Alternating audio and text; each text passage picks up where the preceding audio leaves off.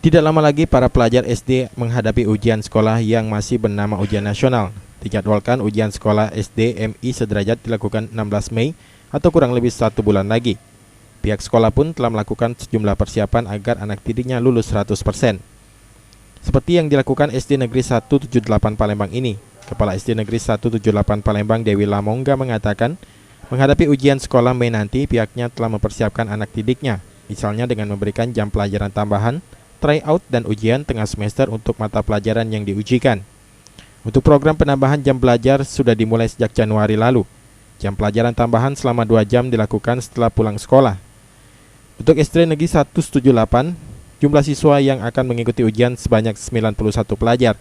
Pihaknya menargetkan anak didiknya lulus 100% dan bisa masuk ke SMP negeri. Nanti gimana Bu kita Bu? Iya, kami sudah mempersiapkan.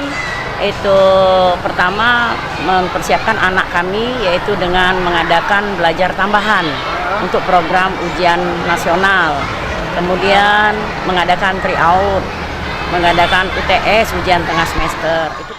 Wibisono, PAL TV.